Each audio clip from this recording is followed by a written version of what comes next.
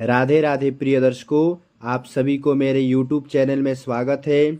आज हम पढ़ेंगे माँ भगवती जगदम्बिका माता जी का ध्यान श्लोक।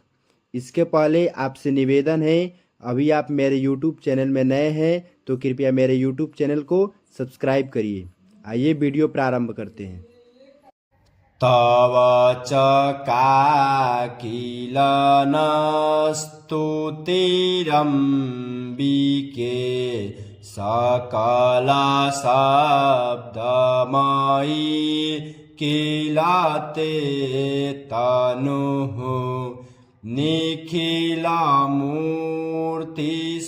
मे भवदन्वयो मनसि जाशु वहि प्रसरासु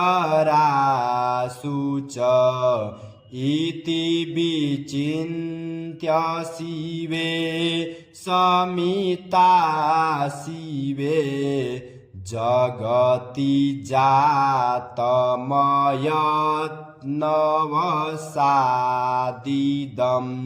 स्तुति जपार्चन चिन्तनवर्जिता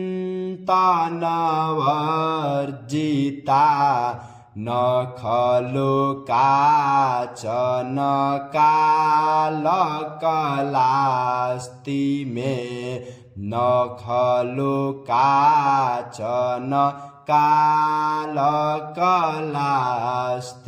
मे।